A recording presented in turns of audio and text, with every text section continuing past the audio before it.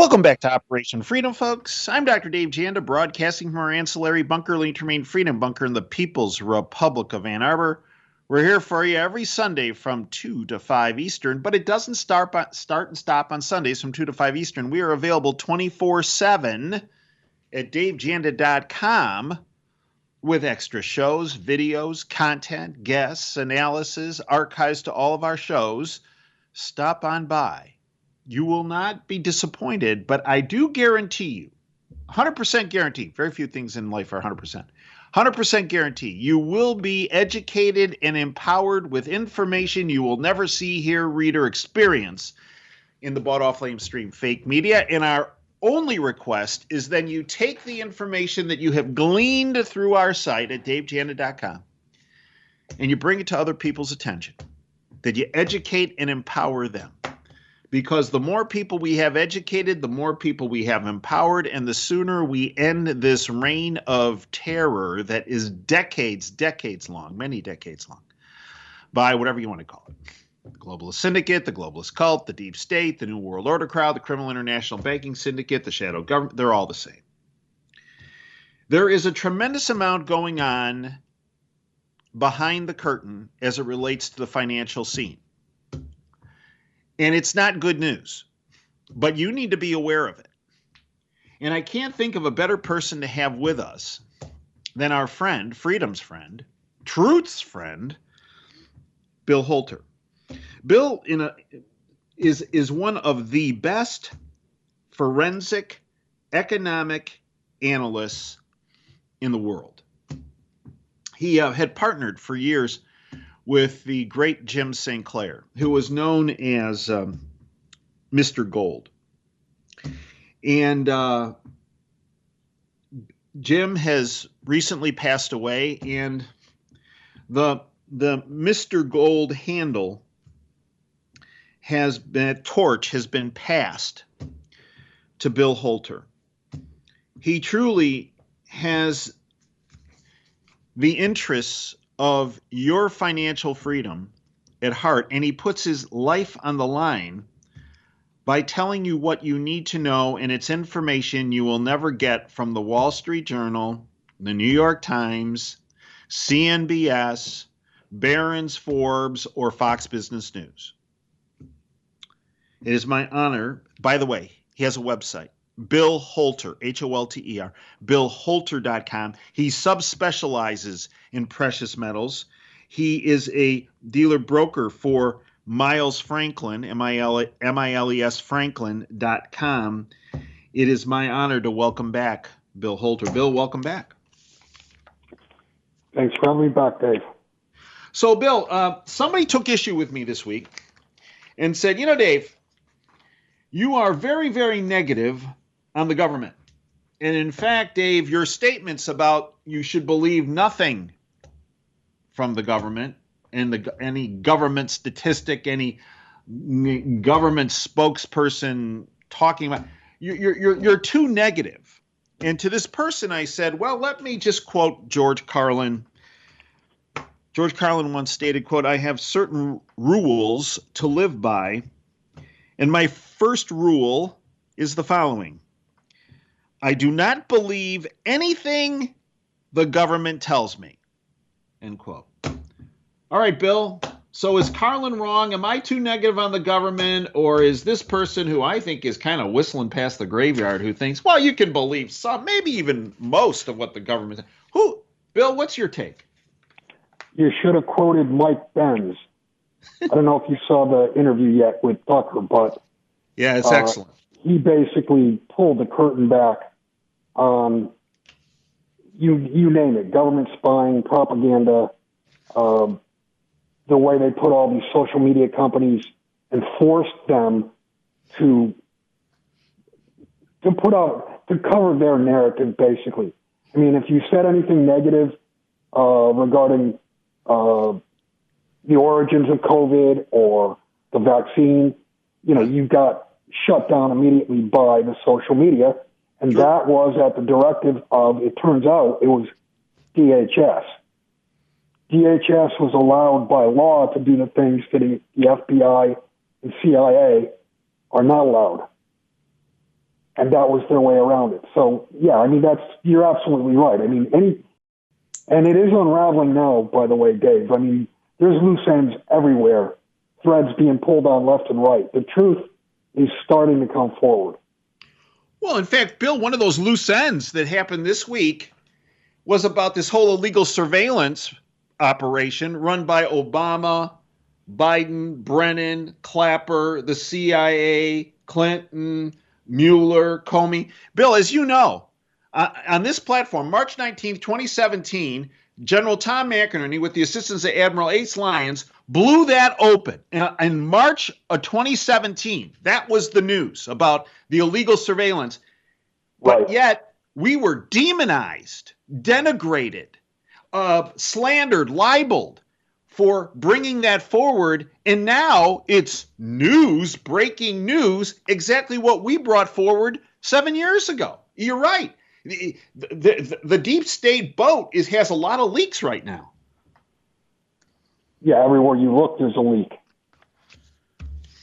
So, Bill, now that we're talking about leaks, why don't we talk about you've hammered for years the fact that the way this financial system goes down is through this gigantic leak, if you will, in the financial system of debt, DEBT.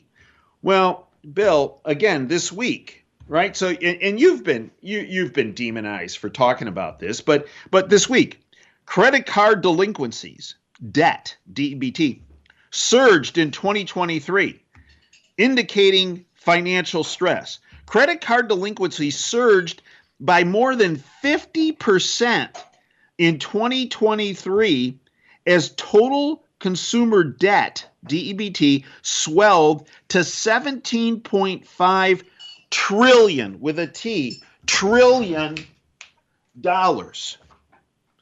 So, Bill, and then you got Powell, the head of the Fed, this week saying U.S. is on an unsustainable fiscal path. The real canary in the coal mine is commercial real estate. You're seeing buildings that were bought 8, 10, 12 years ago that are now worth less than 50% of what they were years ago when they were purchased.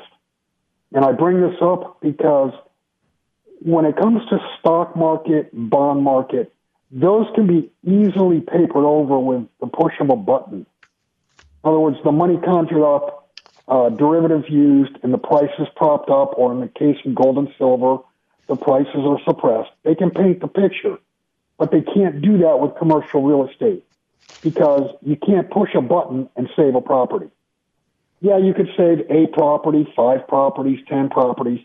You can't save thousands of properties all over the country. And as I said, I think that is the canary in the coal mine, the debt problem. It's here and it's now.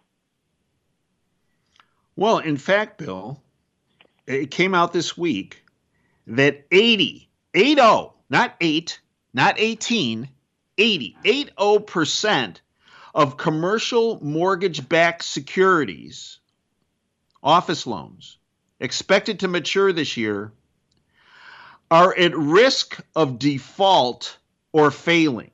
80%, Bill. And you know what the problem is, Dave? In the past, when we got to, high levels of potential failure, as interest rates were going down, these companies were able to refinance, which meant lower debt service expensing. Now you've got higher debt service expensing and the credit's not available. So they're not going to be able to roll loans over. And speaking of rolling loans over, the U.S. Treasury has over $6 trillion in debt in 2024 that is maturing and will need to be rolled over. It reminds me back to the days of 1980, the movie Rollover.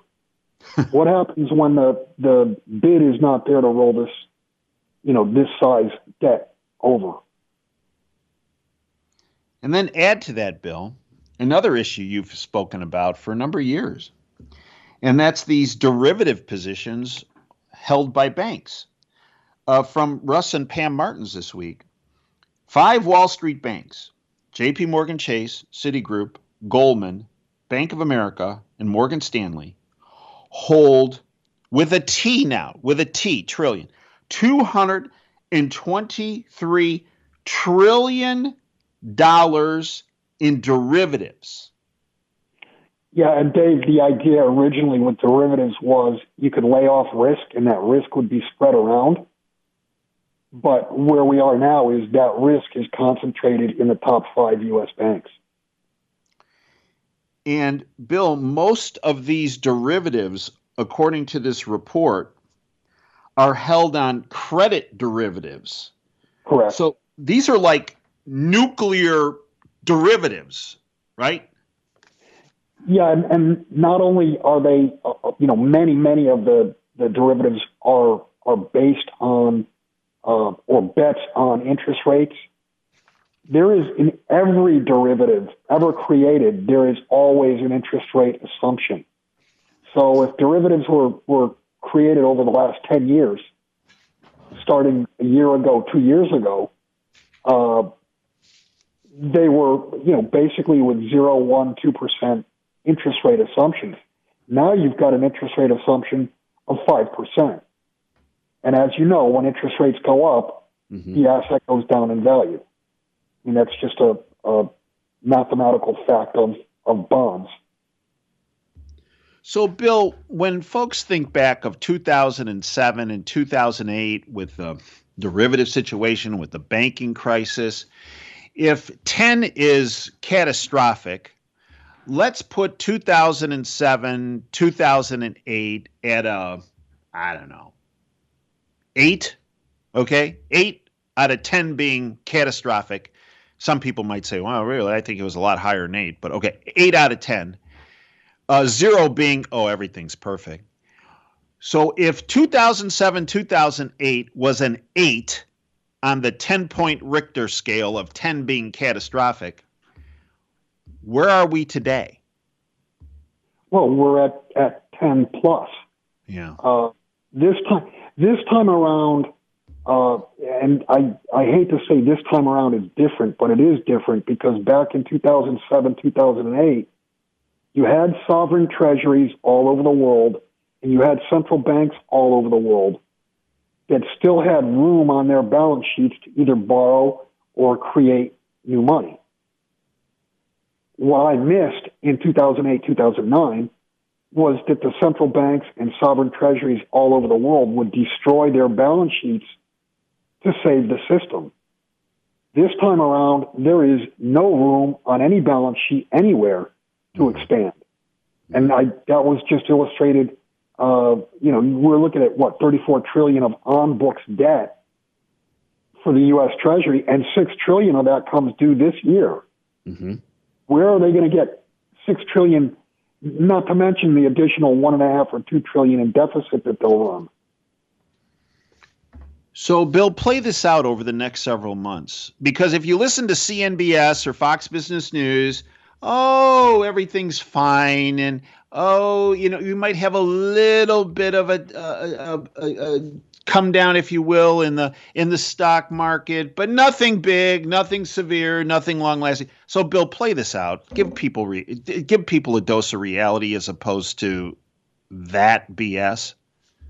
Yeah, the reality is the credit markets are going to seize up, and if you've not read or watched any interviews on the Great Taking, that's what's going to play out because those laws are on the books.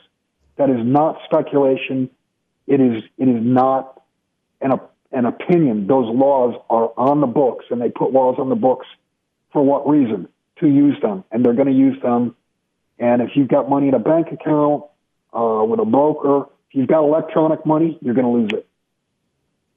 Right. So the other counter on this is people say, well, there's really no port in the storm. There's no way to protect yourself. Well, Bill, thousands of years tell us that there is a port. There are 2 ports in the storm, the gold port and the silver port. Correct. Am I off on that? No, you're absolutely right. And that's the whole idea. That's why you want to buy gold. That's why you want to own silver, because they're the only monies They're the only financial, if you want to call them financial assets, that cannot default. They cannot bankrupt. If you hold an ounce of gold in your hand, you go to sleep with it, you wake up tomorrow morning, unless you got robbed, it's still going to be there. Mm-hmm. But you can wake up on any given day and find out the credit markets blew up and you've got financial institutions left and right failing. And, the thought of FDIC or SIPC or whatever stepping in and making good are laughable because they have literally, pennies, a penny on the dollar to protect the dollars they insure. And I mean, just take the FDIC at their word. They've written into their bylaws that there will be no more bailouts, that there will be bail-ins. And what that means is the banks are going to take customer money to stay solvent. And that's part of the great taking that you alluded to earlier. Correct. Yeah, that's one of the central tenets. And as I said, the laws are on the books. This is not speculation or opinion on my part or anyone's part. The laws are on the books. And add to that, we have the BRICS countries, Brazil, Russia, India, China, South Africa, Saudi Arabia, and Iran and UAE that joined recently. They're moving away from the dollar, and what are they doing? They're backing a trade currency, and this trade currency they're backing in commodities, gold, silver, oil, natural gas, and the like. Yet another reason, I mean, if all these countries are backing a new trade currency in commodities, how is that not a port in the storm? Yeah, it's monkey see, monkey do. You do what the central banks are doing. And the central banks have been gobbling gold up for quite a few years now. Up until the year 2000, central banks were dishoarding gold. Mm-hmm. But at this point, they understand that the dollar is going to fail, and they better have something else in their portfolio other than dollars as a foundation. Well, I should say other than currency, because no currencies are going to stand. So, Bill, when you survey the landscape, educate us on your take on where we are in the gold and silver markets, where we are with supply, where we are with demand. I can tell you that from a retail standpoint, the activity has definitely slowed, and you've seen premiums come down to the levels they were back in 2018-19. So they're a much better buy on a retail level. On an institutional level, things are definitely tight, and you can see that China on a regular basis has a running price on gold higher than COMEX and higher than LBMA. And what that allows for is arbitrage. You buy in New York or you buy in London and you sell in China. So the physical gold is being drained. You're seeing it with the ETFs. And interestingly enough, managed money now is actually short the silver market, which is highly unusual. So, you've got the money managers that chase momentum. They're on the short side, and they're usually wrong. So the money managers, the hedge funds, are betting that, for example, silver, gold, they're going to go down. However, the banksters are on the other side of that trade, which means they're betting it's going to go up, correct? Right. Yes, and that situation is highly unusual. The banks are almost never flat or long. They're almost always short. And they're really not short at this moment. So it's analogous to watching a Harlem Globetrotters basketball game, right? The Harlem Globetrotters always win. The banksters always win, right? Exactly. And the banksters are saying, oh, no. Hey, hedge funds, keep shorting because we'll keep taking the other end of that. They're betting this. They're both going up. Well, the danger to the short trade is that not only do the banks get long, but they pile in, and then you get institution. You get global demand piling into gold and silver, and gold and silver cannot be printed when they're called on for delivery. During normal times, gold and silver contracts are printed ad infinitum. And that's how they've suppressed the price. But as I've said all along, when it's finally game over, there is going to be a cash call, a call for delivery, demand for delivery. And as I said, you can't print gold, you can't print silver, and there will be a failure to deliver. Gold and silver, when this whole paper experiment is done, will go to numbers you've never thought of, along with a cup of coffee will be a number in dollars or yen or euros or whatever that you never dreamed of. I mean, how does $100 or $500 for a cup of coffee sound? And, don't laugh at that. Look at all the countries that have already blown their currency and had hyperinflation. And that's where the entire system is headed. Well, and in fact, Bill, when these hedge funds it's a bet, put a short on saying, I think the price is going to go down. Usually in a commodity market, you have to have the physical commodity backing you up. And Bill, am I wrong in saying that a huge amount of these short bets, if you will, they're doing it what's called naked, on a naked basis, that they don't have the physical commodity backing up their bet. So when that bet goes the wrong way on them, it's like a rocket ship going off because there's kerosene behind it, because now they have to scramble to try to get physical. And if there's not the physical out there, we're talking massive financial explosion. Am I off on that? No, it's a giant margin call waiting to happen. But when people think of margin calls, they think, okay, you get a margin call, you have to sell. In this instance, the margin call, because they're short, they have to buy to cover. And that will explode price. Bill, how close are we to that point? I would just say any day you wake up, you can see it happen. It can happen any day. Bill, educate our listeners in our final minute and a half together. Educate our listeners on how they can get in touch with you. As I mentioned, you have your website, billholter.com. Educate our listeners on how they can get in touch with you. Yeah, you can go to billholter.com. There is a contact tab. I did recently change my business email. You can reach me directly at bholter@proton.me. Bill, I'd like to thank you for being so far ahead of the curve on all this, and willing to even be on the road to educate people, because the vast majority of people that have your experience and your stature, they don't want to go public with what they know to be the case and what's happening behind the curtain. And I'd like to thank you, Bill, for your years of perseverance, dedication, and sacrifice